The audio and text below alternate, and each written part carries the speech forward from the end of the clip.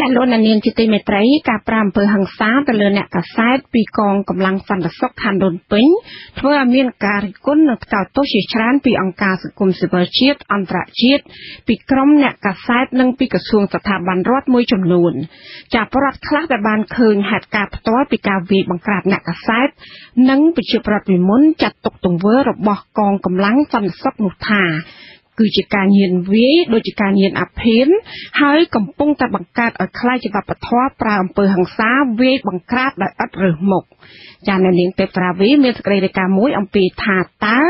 ការវាយបង្ក្រាបរបស់កម្លាំងសន្តិសុខខណ្ឌដូនពេញទៅលើអ្នកកាសែតនិងប្រជាពលរដ្ឋត្រឹមត្រូវតាមច្បាប់ដែរឬទេចាសូមអញ្ជើញស្ដាប់ដូចតទៅក្រុមសន្តិសុខខណ្ឌដូនពេញដែលបង្កើតឡើងដោយអាជ្ញាធរខណ្ឌសម្រាប់ទុកប្រើវាយបង្ក្រាបបាតកម្ម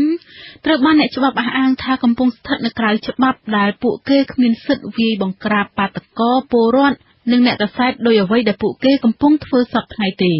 លោកមេធាវីសុកសំអឿនបញ្យល់ថាក្រុមសន្តិសុខខណ្ឌដូនពេញគឺជាសន្តិសុខក្រៅផ្លូវការក្រុមទាំងនោះគឺលំដាប់ស្មើនឹងសន្តិសុខយាមផ្សារឬសន្តិសុខយាមហាងឬកន្លែងធ្វើការផ្សេងៗពួកគេមិនមានសិទ្ធិវាយទៅលើពលរដ្ឋនិងអ្នកកាសែតឡើយលោកបញ្ជាក់ថាក្នុងច្បាប់អ្នកដែលជាអាជ្ញាធរមានសមត្ថកិច្ចប្រើកម្លាំងពិសេសវាយបង្ក្រាបបាតកោបាននោះគឺមានតែប៉ូលីសឬក៏អាចជាកម្លាំងកងរាជអាវុធហត្ថដូច្នេះមានន័យថាបើពួកនឹងធ្វើសកម្មភាពអីនោះគឺដូចប្រជាប្រដ្ឋធម្មតាអញ្ចឹងក្នុងចំណុចនេះយើងកុំបដោតលើពួកសន្តិសុខនោះតែមួយមុខយើងបដោតទៅលើអ្នកបញ្ជាវិញអ្នកណាអ្នកបញ្ជាហ្នឹងអត់ទទួលខុសត្រូវអីហើយអាជ្ញាធរមានសមត្ថកិច្ចហ្នឹងគឺឃើញមនុស្សដែលអត់មានច្បាប់អនុញ្ញាតធ្វើសកម្មភាពចឹងហើយទៅជានៅស្ងៀមទទួលស្គាល់វិញវាអត់យល់ដែរណាមានន័យថាមិនចឹងវាប្រឆាំងហានៃនីតិរដ្ឋណា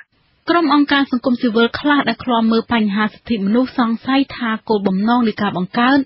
ក្រុមសន្តិសុខឈុតខ្មៅពាក់មួកឃ្លុបរាប់រយនាក់នេះឡើងទំនងជាបង្កើតឡើងឲ្យចាំតែវាយក្រុមបាតកោឬពលរដ្ឋក្នុងបំណងឲ្យគេចផុតពីការទទួលខុសត្រូវរបស់រដ្ឋក្រោយពីមានបទពិសោធន៍រងការរិះគន់ខ្លាំងៗចំពោះកម្លាំងដែលអនុវត្តច្បាប់បែរជាធ្វើសកម្មភាពបំពានច្បាប់នោះកើតមានរឹតតែខ្លាំងឡើងលោកមេធាវីសុកសំអឿនយល់ឃើញស្រដៀងគ្នានេះលោកក៏សម្គាល់ថាឲ្យតែក្រុមសន្តិសុខខណ្ឌដូនពេញចុះទៅដល់កន្លែងណាហើយនោះកន្លែងនោះច្បាស់ជាមានការប្រើអំពើហិង្សាហើយវាឥតរើសមុខមិនថាជាក្រុមបាតកោឬជាពលរដ្ឋដែលធ្វើដំណើរឆ្លងកាត់រហូតវាយដល់អ្នកកាសែតថែមទៀតលោកបន្តថាក្រុមសមត្ថកិច្ចដែលជាអ្នកអនុវត្តច្បាប់បែរជាបណ្ដោយឬឈរមើលក្រុមសន្តិសុខវាយទៅលើពលរដ្ឋនិងមិនបានបំពេញតួនាទីរបស់ខ្លួនចាប់ជនដែលប្រព្រឹត្តបទល្មើសជាក់ស្ដែងដែលថាយើងសួរទៅអ្នកណាសួរប៉ូលីសខាងអត់ស្គាល់ពួកហ្នឹងសួរនេះអត់ស្គាល់មេអត់ស្គាល់មិនដឹងអ្នកណាអញ្ចឹងក៏តែនគរបាលទៅជាឈរមើលធ្វើមិនដឹង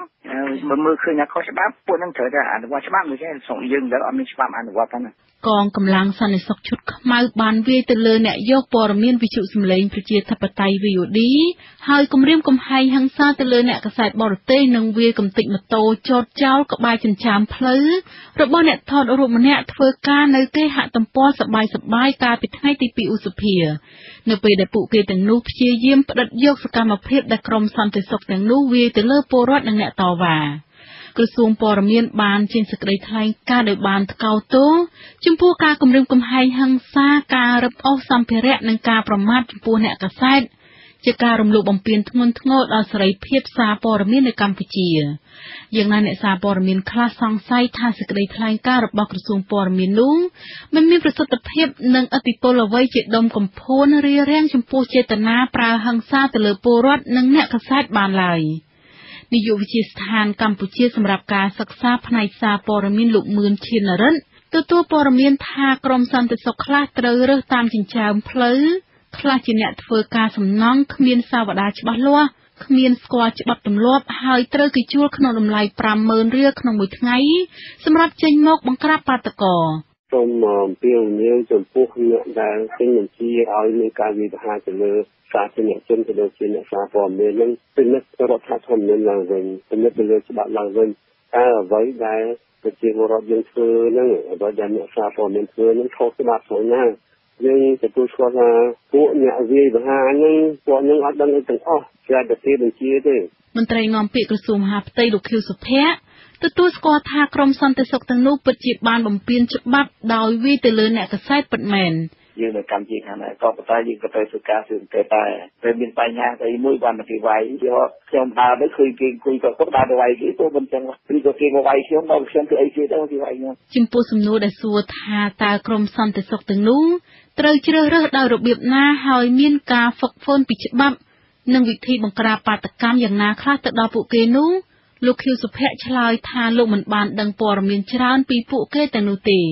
អ្វីដែលលោកដឹងគឺក្រមសន្តិសុខទាំងនោះគឺជាបុគ្គលិកបណ្ដែតរបស់រដ្ឋដែលជួលឲ្យមកធ្វើការហើយស៊ីប្រាក់ខែរដ្ឋមានសាក្សីជាច្រើនដែលឃើញហេតុការណ៍វាយសង្គ្រប់ទៅលើអ្នកកាសែតវិទ្យុសំឡេងប្រជាធិបតេយ្យ VOD កាលពីថ្ងៃទី 2 ឧសភារៀបរាប់ថាក្រមសន្តិសុខដែលរដ្ឋជួលមកឲ្យវាយបង្ក្រាបពលរដ្ឋនិងអ្នកកាសែតនោះមានចរិតសាហាវដោយក្រុមក្មេងញៀនម៉ាហើយពួកគេវាយឥតរើសមុខគ្មានប្រណីដៃមិនថាឡើយអ្នកកាសែតសូមបីតពលរដ្ឋជិះម៉ូតូតាមផ្លូវនិងម៉ូតូទុកចោលស្ងៀមសោះក៏ទៅវាយកំទេចចោលដែរអ្នកមកហមមកចូលជួងអាមកហមហ្នឹងគាត់ต้องដាក់យកមកមកនេះខ្ញុំមិនបាហាទៅអានេះនាយកព័ត៌មានវិទ្យុ VOD លោកឡាយសមៀនដែលត្រូវក្រមសន្តិសុខវាយបានឲ្យដឹងថាគ្រូពេទ្យតម្រូវឲ្យលោកវះកាត់ឆ្អឹងថ្ពាល់ខាងស្ដាំដែលបាក់ហើយលោកត្រូវការពេលយូរដើម្បីសម្រាប់ព្យាបាលមុននឹងលោកត្រឡប់ទៅធ្វើការវិញលោកបានរំលឹកថាក្រមសន្តិសុខទាំងនោះដឹងថាលោកជាអ្នកកាសែតប៉ុន្តែពួកគេនៅតែសង្គ្រប់វាយជាច្រើនដំបងនិងដកយកទូរស័ព្ទតម្លៃជាង$300ពីក្នុងដៃរបស់លោកយកទៅបាត់ពេលខ្ញុំដួលភ្លាមខ្ញុំស្រែកថាបងខ្ញុំអ្នកព័ត៌មានប្រហែលជាស្រែក3ដងហ្នឹងគេនៅវាយទៀតគេនៅវាយមកផាយកដបងវាយព្រោះដៃពួកគាត់សិតតែដបងអញ្ចឹងណាពេលដឹងខ្លួនឡើងគឺខាងជាពលរដ្ឋគាត់ជួយអូសខ្ញុំពីកន្លែងគេវាយខ្ញុំសន្លប់ហ្នឹងមកដាក់លើបងដែរហើយខ្ញុំដឹងខ្លួនហ្នឹងតែដឹងខ្លួននៅស៊ីសើឡើយលោកឡៃសមៀនបានរងរបួសបាក់ឆ្អឹងថ្ពាល់ខាងស្ដាំនិងរបួសជាំខ្មៅនៅលើរាងកាយខ្លាំងនៅពេលដែលលោកបានថតសកម្មភាពដែលក្រមសន្តិសុខវាយទៅលើព្រះសង្ឃលួនសវណ្ណក្រុមអ្នកកាសែតព្រួយបារម្ភចំពោះការវិវត្តចុងក្រោយរបស់ក្រមសន្តិសុខទាំងនោះដែលងាកទិសដៅមកវាយអ្នកកាសែតនៅពេលដែលពួកគេមិនចង់ឲ្យធ្លាយរូបឬព័ត៌មានពីការប្រើហិង្សាផ្សព្វផ្សាយជាសាធារណៈតាមទំព័រសារព័ត៌មាននានាមន្ត្រីនាំពាក្យសាលារដ្ឋាភិបាលភ្នំពេញលោកឡុងឌីម៉ង់បញ្ជាក់ថាខាងសាលារដ្ឋាភិបាលភ្នំពេញមិនបានបញ្ជាឲ្យមានការវាយទៅលើពលរដ្ឋនិងអ្នកកាសែតឡើយប៉ុន្តែនៅពេលដែលមានការរៀបចំការតវ៉ាណាមួយមិនមានច្បាប់អនុញ្ញាតអាជ្ញាធរត្រូវតែអនុវត្តច្បាប់ផុសតាងរូបថតនៃការគប់តែវិញ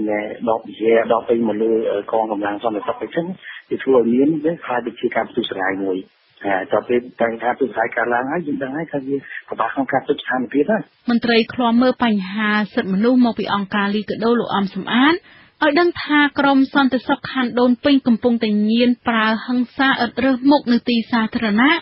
និងនៅពេលដែលមានការជួបជុំបញ្ចេញមតិដែលកំពុងធ្វើឲ្យលទ្ធិប្រជាធិបតេយ្យកម្ពុជាធាក់ថយក្រោយឥឡូវនេះវាខ្លាយទៅជាការញៀននៃការ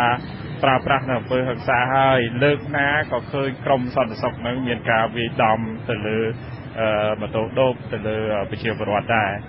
កាលពីថ្ងៃទី 1 ឧសភាចាំថ្ងៃទិវាពលកម្មអន្តរជាតិមួយថ្ងៃមុនការវាយប្រហារទៅលើអ្នកកាសែតក្រមសន្តិសុខខណ្ឌដូនពេញបានវាយទៅលើពលរដ្ឋ5នាក់ឲ្យរងរបួសនៅក្បែរទីលានប្រជាធិបតេយ្យ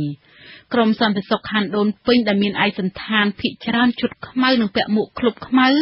ច្រើនកាន់កំណាត់ឈើប្រវែងកន្លះម៉ែត្រនិងបំពង់ទីបស្ទើរគ្រប់ដៃហើយពួកគេច្រើនប្រើយុទ្ធសាស្ត្ររត់ទាំងហ្វូងសម្ដៅទៅសង្គ្រប់វាយមនុស្សដែលទៅមុខហើយមិនលើកលែងសូម្បីតែព្រះសង្ឃក្រុមអ្នកច្បាប់បញ្ជាក់ថាប្រទេសកម្ពុជាកំពុងតែក្លាយជាប្រទេសគ្មានច្បាប់ហើយមានតែអ្នកនយោបាយទេដែលអាចស្ដារស្ថានភាពនេះឡើងវិញដោយបញ្ចប់វិបត្តិនយោបាយដែលកំពុងជាប់គាំងពិសេសត្រូវមានការស៊ើបអង្កេតក្រុមសន្តិសុខដៃដល់និងអ្នកបញ្ជាក្រុមទាំងនោះយកមកផ្ដន្ទាទោសតាមច្បាប់នាងខ្ញុំទេពសុរាវីវិទ្យុអេស៊ីសេរីភ្នំពេញ